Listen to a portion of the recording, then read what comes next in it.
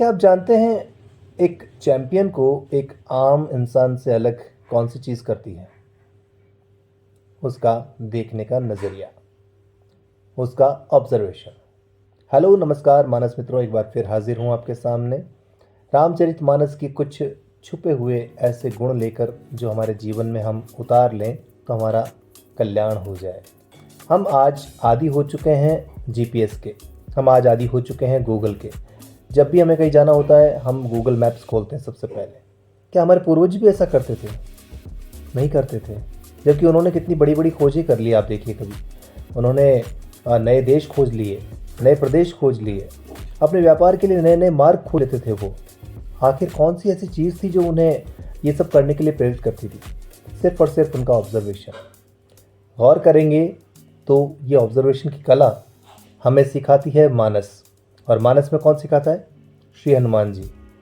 याद कीजिए लंका जाने वाला उनका वो सीन, सुंदरकांड की एक दृश्य जिसमें हनुमान जी सारे घरों की तलाशी ले रहे हैं और जा करके उनकी दृष्टि टिकती है एक ख़ास घर पर।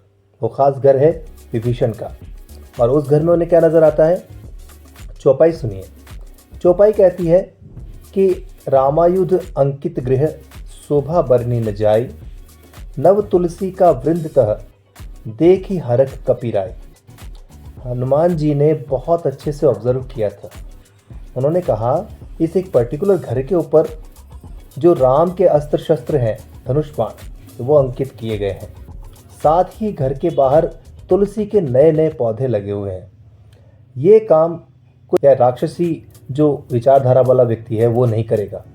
वो निश्चित तौर पर किसी सज्जन का ही घर होगा, और उनकी मुलाकात वहाँ पर विभीषण जी से होती है। देखिए, एक छोटा सा ऑब्जर्वेशन कहानी में कितना बड़ा ट्विस्ट ले आता है। अगर हनुमान जी उस तुलसी के पौधे को नेग्लेक्ट कर देते या उस घर के ऊपर बने हुए उस चिन्ह को नेग्लेक्ट कर देते तो क्या रामायण में सीता की खोज हो पाती? शायद कभी नहीं।